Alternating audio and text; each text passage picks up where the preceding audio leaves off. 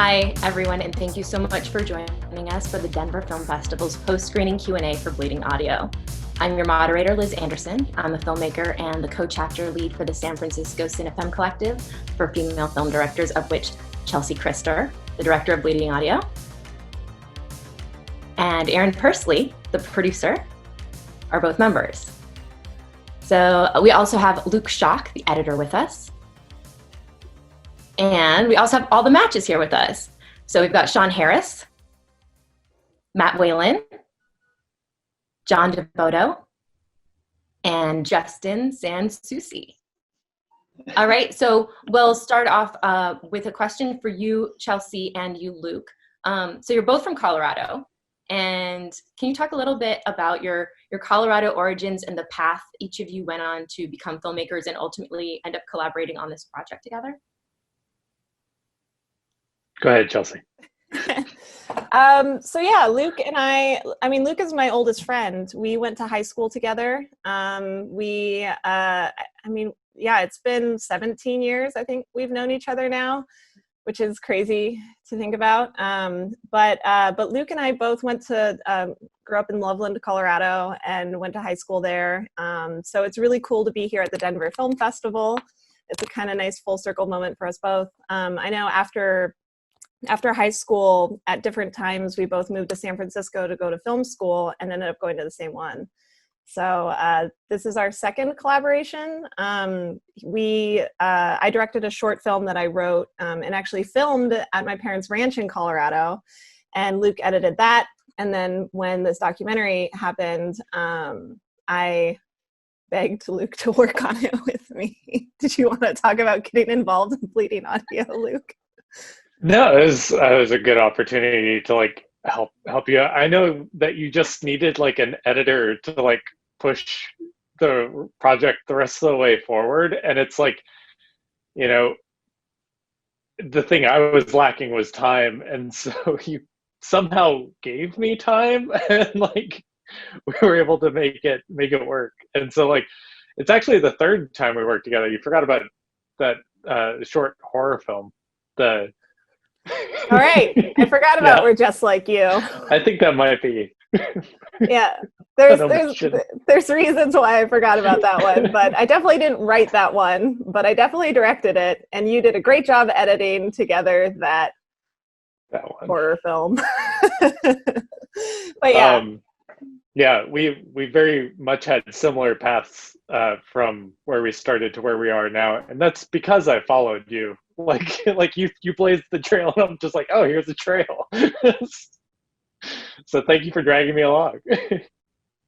Thanks for putting up with my projects. So a follow-up for you, Chelsea, because I heard a little bird told me that the first interaction that you had with the matches actually was also in Colorado. Is that true? Yeah, it's kind of a crazy full circle sort of moment, because the first time I ever saw the matches play was in 2005 in Denver. They opened for one of my favorite bands, which was Motion City Soundtrack. And I remember, I still remember my friends and I being jerks in the crowd to some of the other opening bands, and then the matches come on stage and we're oh boy, what's up next? And then all of us are just kind of standing there with our hair blown back from the audio, just being who is this band? We have to know more about them. This is amazing. I've never seen anything like this.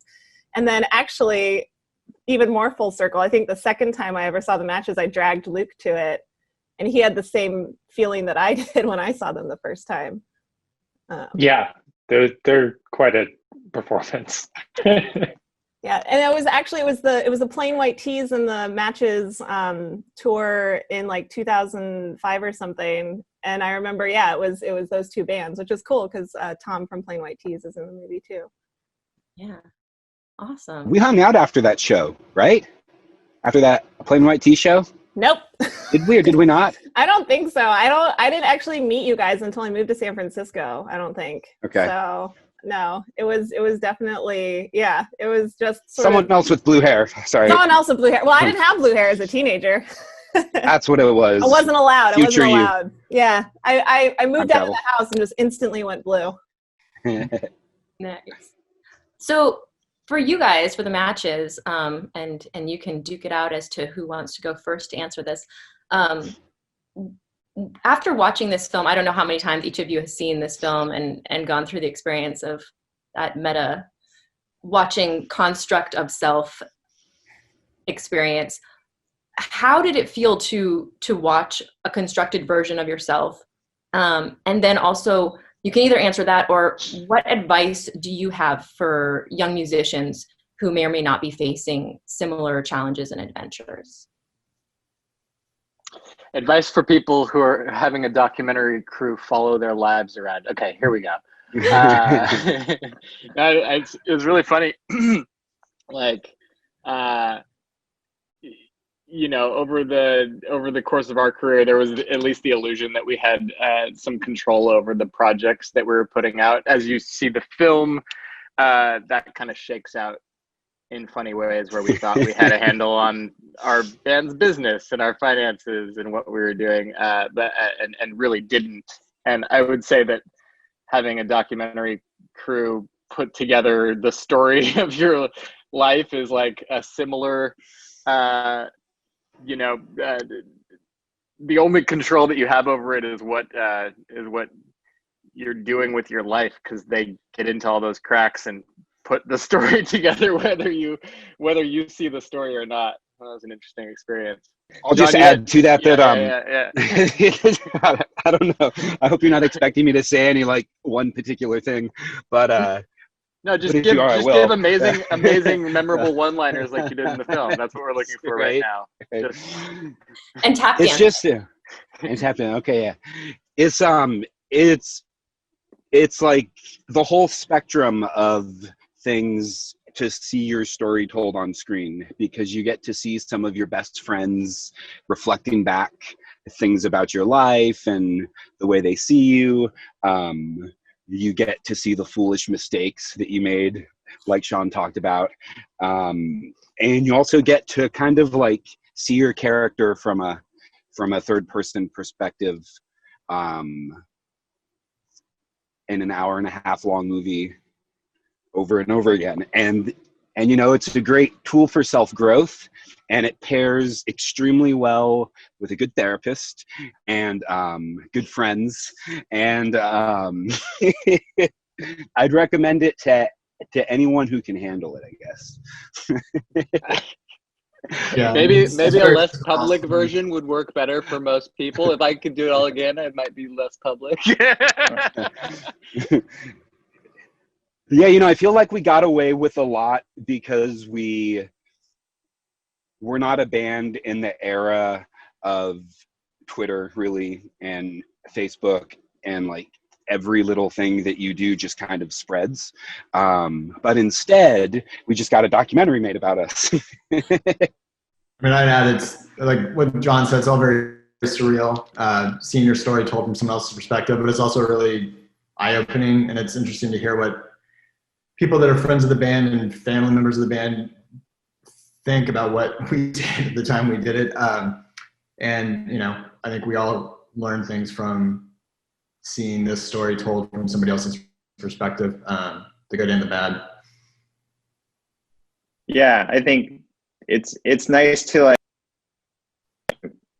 it's nice to see like have your situations like corroborated by other people. Like there's definitely certain situations where you're like, I don't quite remember what happened here, but something like this happened. And then it's nice to be like, hear Matt Whalen like give the actual details, or like Sean to like explain exactly like some other aspect of it. And it's like, oh, okay, so it wasn't crazy. That was what happened.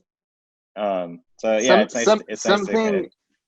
Something some fans have asked me after seeing the movie, Justin, is how many more, you know, if basically we had listened to Mark Hoppus and your parents and like other people that were telling us, hey, maybe your business isn't on the rails. There was no business. Yeah. I wonder, and I've been asked this a bunch by people that have seen the movie, and I kind of wonder it myself, like how many more records do you think that we would have made, that we could have made if we were touring, you know, more sustainably, going on a couple big tours a year as opposed to 300 shows a year? Yeah. You know, like, what do you guys have you guys thought about that? I don't know. Like for me, like I just at the time, like I left the band, I just needed a break. Like I just couldn't tour anymore. And so I think if we had a more sane touring schedule, I definitely feel like, and we could actually like move out of our parents' house. Like, Yeah. like I would have been, I think it would have made a lot more sense to keep going. But you know, also too, like maybe it was time to strike out on my own and kind of grow up a little bit, because like I guess up until that point, like my whole life, like we all of four of us had basically lived together. And it's like, you know, do you live in a apartment with your four best friends, like, or, you know, for your entire life, or at, you know, at some point you have to kind of make your own life too. So I don't know, like it probably all could have happened if we were like successful and would have had money to like move out of our parents' house and like get our own places and have a touring schedule that, you know, didn't cause us to like lose our minds. So, you know, who knows? Like, I think if it was sustainable, it would have gone longer. So how many records? How many records? You want a very specific answer. I don't know. I like, honestly, like I love being in the studio. Like I would have, like if we could have just done like a Beatles thing and like not toured and hung out in the studio and made music. That would have been my dream. Nice. I do wonder, like, We made a lot of records. I could totally picture. How many records do the Beatles have? That's my answer. You know, the crazy thing though is that the Beatles' career was over the course of the same amount of time as the Matches. Really, they did all that in basically 10 years, also. Yeah, but they put out like 1 or 2 records every year. Yeah, exactly. What were you gonna say, John? I was going to say that I could like picture multiple realities. One being like we had good business planning and good management, and touring was reasonable, and we enjoyed being on the road and just like kept doing it for a very long time and put out 1,000 records. Or the Foo Fighters. How many records have the Foo Fighters put out? Like 15, 20 records, maybe like 20 albums. Greatest hits, of course, included in that. But I could also see a world where, like, even with good business, we would have outgrown being the Matches. Artistically, personally, I just wonder if we would have, like, needed a break kind of around the same time anyway, because of how old we were and how long we had been together, especially the three of y'all. I mean, Matt and Justin went to grade school together. I used to love her, but I had to kill her. So follow up for all of you guys as well. Is there a moment in the film that any of you are like really, really grateful or really disappointed that Chelsea and Luke kept in the film or didn't include in the film? Like, is there a moment that you guys roast each other about, or that you like hold up and go, haha? Any special moments we should know? You know, I was okay with the Hawaiian shirts, but the sideways visor, that was a little rough. I don't think you can blame me for that one, Sean. Hey, I don't know how deep you had to scour for that footage, but I thought we buried that in the backyard. You can thank the Whalens for that box of photos. Oh yeah. Man, That's amazing. I figured that was a Sam Sissy find.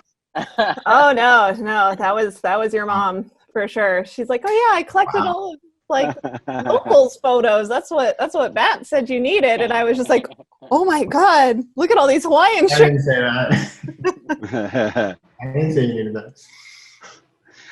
I think that so I talked about this in an interview we did a few weeks ago, but there's this line I say where you got to carpe the motherfucking diem, and I hate that. I hate it.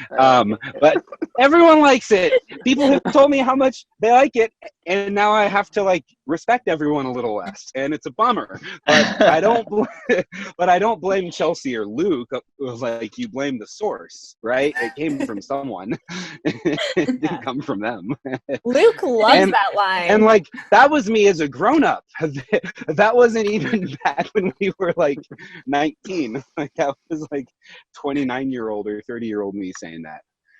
Yeah, your shirt's printed, so I'm sorry.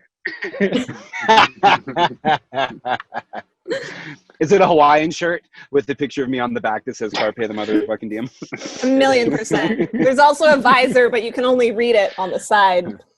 Yeah. So is it a cat wearing a visor? Meowing cat? So many inside jokes here. Oh man. Nice. So Aaron, I've got one for you actually. I've had a lot of people ask me recently, like, well, what is a producer? What does a producer do? So can you enlighten the audience as to what exactly it is that a producer does, particularly on a doc?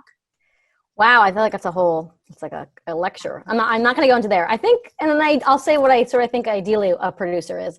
I think a producer in an ideal world is like the partner in crime to the director, right? So you are with the director from hopefully the moment the movie sort of gets conceived until it's sort of in theaters everywhere.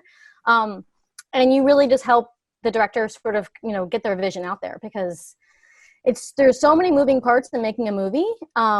And it's so hard. It takes so long that you need someone to lean on, or many people potentially to lean on, to get it from start to finish. I came on the film about halfway through when Chelsea had started, so I wasn't even in the beginning. And then halfway through, I sort of saw where we were at, or where she was at, and I was like, "Oh, this is fantastic!" And I just wanted to help her sort of get it out there. So yeah, I say partner in crime. But also, I think you just kind of like help get people involved, right? Because film is all about collaboration. So like, you find your favorite animator, you find a person who can help get publicity. You can hopefully find someone who can help with color, and you kind of bring all the good people along so the film can sort of be its best thing. And I think you're maybe part therapist. I think the guys just mentioned the idea of therapy, watching the film. I think the producer's a little bit of a therapist, because it's hard. I mean, 6 years, Chelsea. I mean, you went the gamut, but it's making art. You talked me off a lot of ledges. I mean, I'm hopefully done with that. Hopefully we're only on the good stuff. But even now, it's like, the virtual festival world is so new, and we don't know, we're sort of figuring it out for ourselves. So it's just it's like constantly nudging the film along, even when you feel like that you can't go any farther, or you're not quite sure where to go. You sort of problem solve and sort of figure it out. Yeah. Like a multi-tool. Like a MacGyver. I wish I could actually have like a MacGyver where you take like a toothpaste and like floss, and then you can like escape a prison. Yeah, exactly. It'd be amazing. Nice. I think that's a great explanation of what a producer does. So awesome. Yeah. And Luke, one for you. Can you talk a little bit about editing this film, particularly what was like the hardest moment to solidify and get edited, and what was the most fun for you to edit? So I texted you about this yesterday, Chelsea. I was listening to a Q&A about someone who had just finished writing their book, and the book was out, and they had mentioned that it's like every step of the process was like, oh, we're just almost done with this hard part. But you're lying to yourself. Like, every part is going to be the hard part to get through. And like, that's why there's an Aaron and there's a Chelsea to like keep nudging it along and like, help you tell yourself those lies. Like, so like, this is the easy part now that it's done. But yeah, you kind of just have to like keep working at it and chipping away at it, because like editing is just, a time vampire, and you need to like continuously give to it. The fun parts were always like, anything I could put a Matches song under just kind of cut itself. So like, you put like Yankees in the Chip Shop, and I'm like, oh, everything works over this. Like, I can just tell a good story now. Yeah. If you want to mention that to any other editors, Luke, that'd be great. I keep trying to like, I put them up on Pirate Bay. I'm like, these are free to use. So just no, just give it to our manager. Scenes with Matches songs cut themselves, guys. Yeah, I know that Yeah. there was one section in particular that we were really struggling with, which was like this Act 2 to Act 3 transition of just like, how do we get from like Justin leaving to break up to, well, Justin leaving to like what's going on with the band to break up to like the third act, which is, you know, where everybody is now. We I have that remember- problem in life also. Oh yeah. It's usually the Act 2 of life problem that we all have, you know. And I remember Luke and I kept trying to shuffle things around, and I just like I had thrown up my hands, and I was just like, I have no idea. And yeah, there was also like, how do we get the reunion to fit into this? And I just like gave it to Luke over the weekend, and I was just like, I don't know, figure it out. And like, I don't even remember how it was before, and I try not to remember, but like, I don't know what epiphany he had, but he like made it perfect. I don't even remember what it was before, but I just was like, oh, now this flows, and it doesn't feel like you're just lagging. And it was great. When you guys are figuring that out, are you dragging around like clips in a timeline? Are you like kind of writing that way and seeing how it works? Or are you actually like putting pen to paper and making outlines? Well, Always the wondered. smartest thing I think Chelsea did for the film was like put everything on post-it notes and note cards, and she like mapped out the entire arc of things and like characters and beats, and like that really informed how the structure of the film was going to play out. And then you put the pictures together, and you're like, you watch it, and you kind of have to like react to it yourself, and then see if it makes sense a lot of times.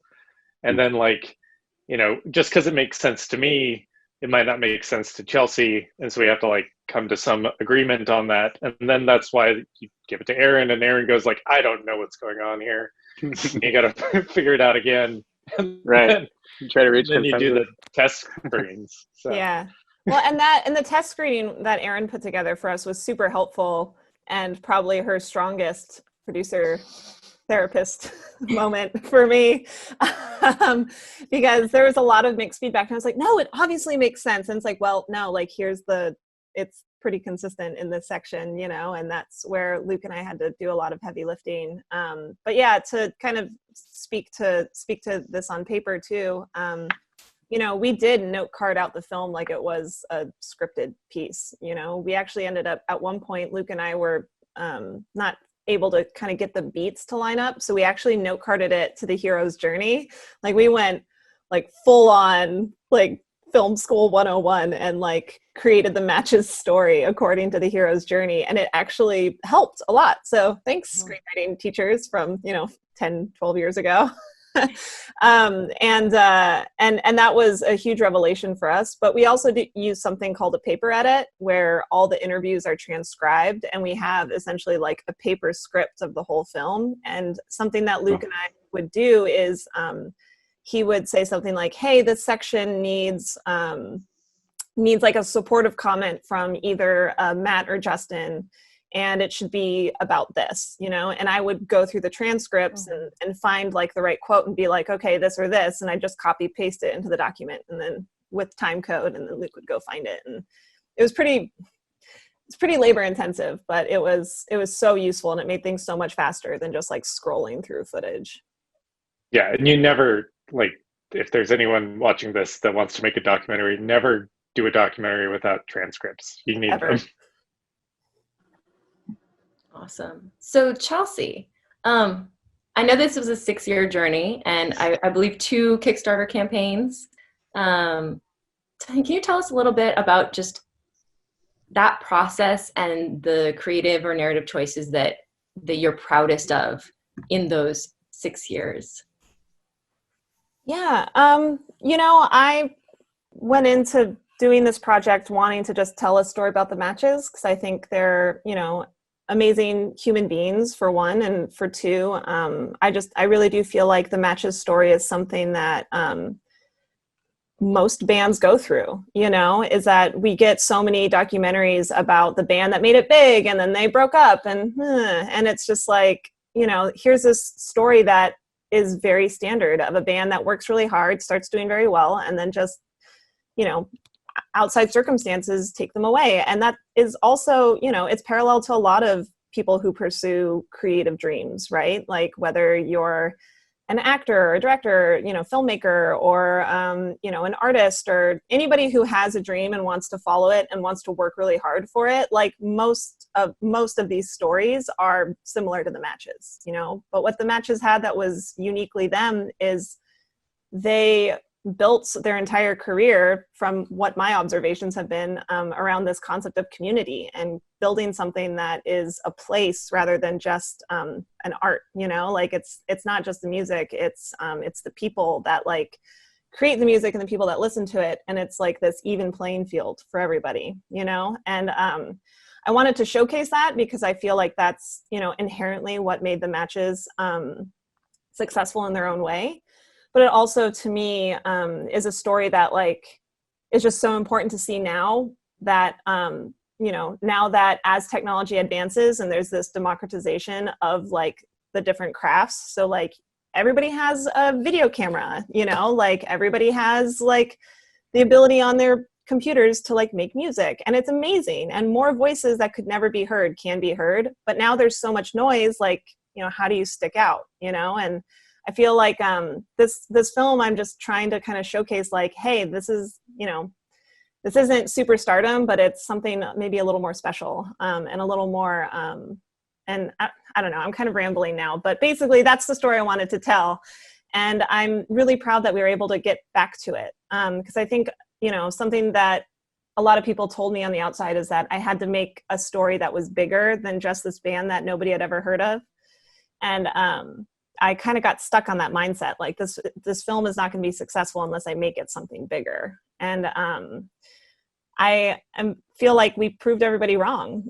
We do go into how the digital industry of music has changed and how important it is for people to be cognizant of that change and how it affects artists. But I'm really glad that the story did end up getting to be uniquely about the Matches. Because I think it's just an important story to have out there. Yeah. So I'm proud of being able to stick with it as long as I did and be able to get it done. There was no question in my mind that it would ever get finished, but yeah, it was a lot of work and I learned a lot. So and I think we're all curious, how is it? When you mentioned, who was it, John? I think you're like, we hung out after that show, right? When did you guys all meet and become friends? I think I reached out to Sean in like 2008 to do like a little mini doc for my first college assignment as a film student. And I remember you shooting that maybe at the boardwalk in Sacramento. Is that right? Yes, it was there. Yeah. I remember that. Yeah. I definitely remember that. That's where I first met these guys. And some of that footage is in the documentary, actually. Is it really?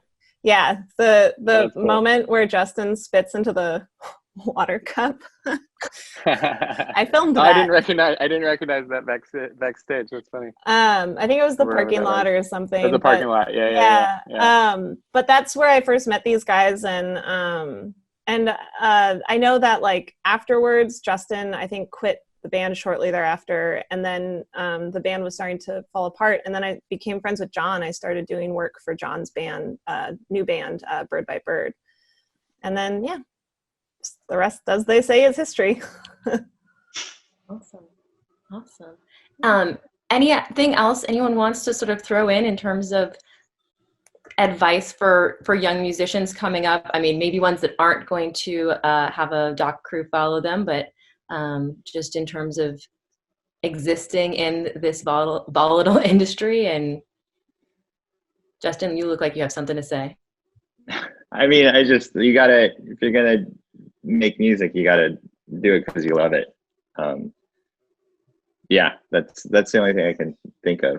I know We were probably a so ton lucky. Yeah. We were so lucky to get to the level that we did, and as you see in the film, it was kind of halfway to being a viable career. So, and we were extremely lucky, to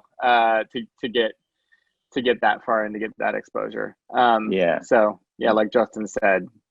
Yeah, because do it because you have to, because you love it, and yeah, you have to, like, for us, one of the reasons I think we were able to get so far and accomplish so much is we found, you know, the group of people, like the other band members that are gonna like continually make music into our for, you know, 10 years without making any money.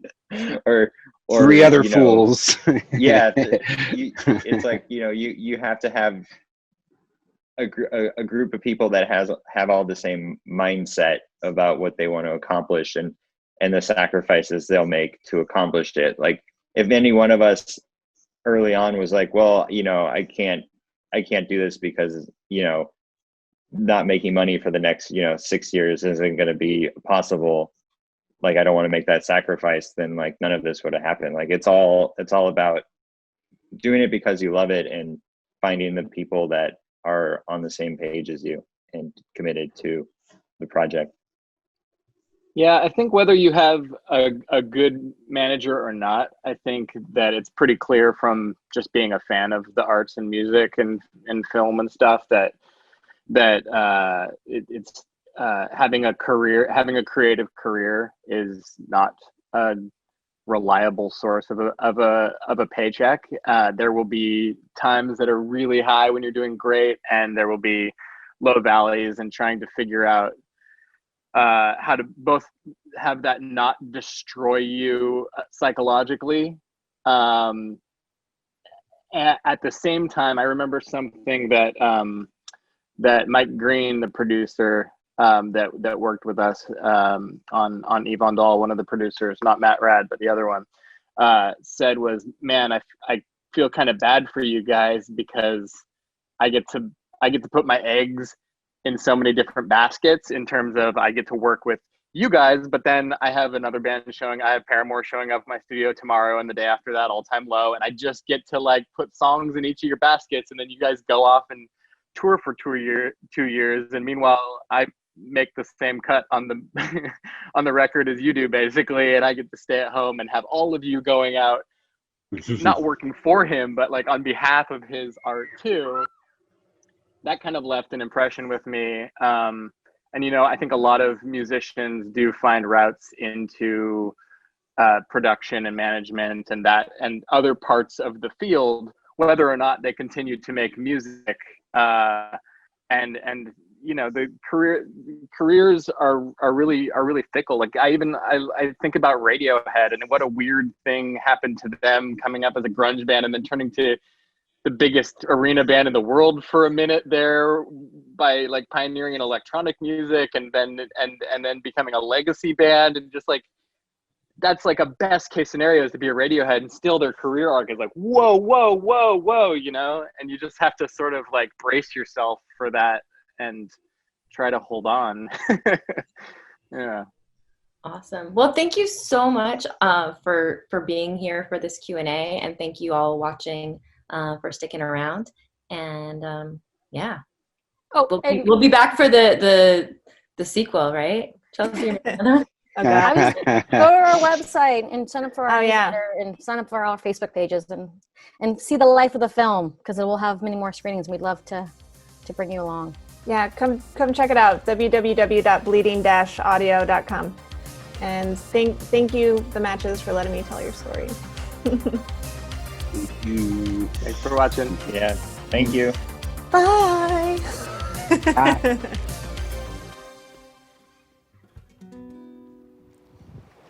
I'm just a dog-eared page you turn back to. Where's the place for me when we're both in love with you?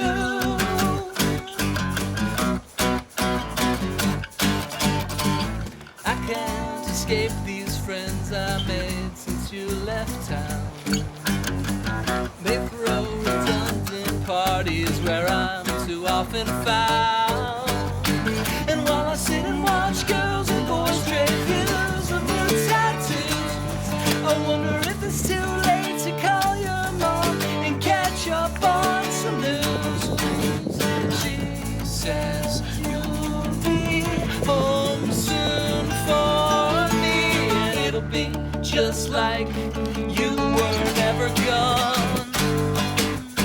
I'll try to be just some guy you're getting on. Well, basically, we're both your page, you turn back to, where's the place for me when we're both in love with you?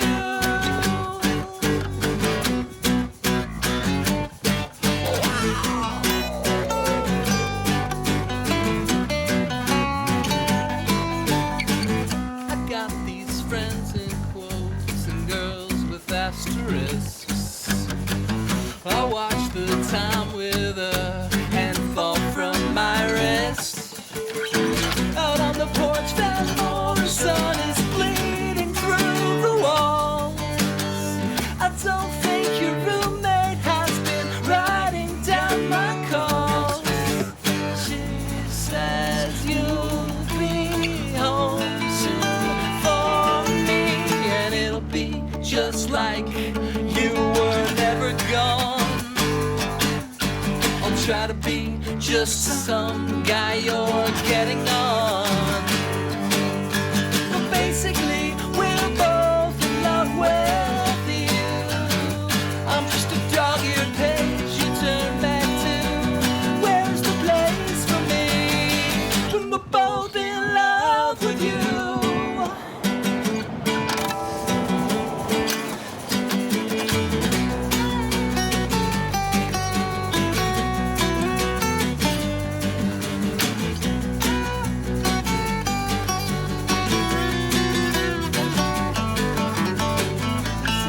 Distance would make a difference, but it didn't. It'll be just like you were never gone. I'll try to be just some guy you're getting on.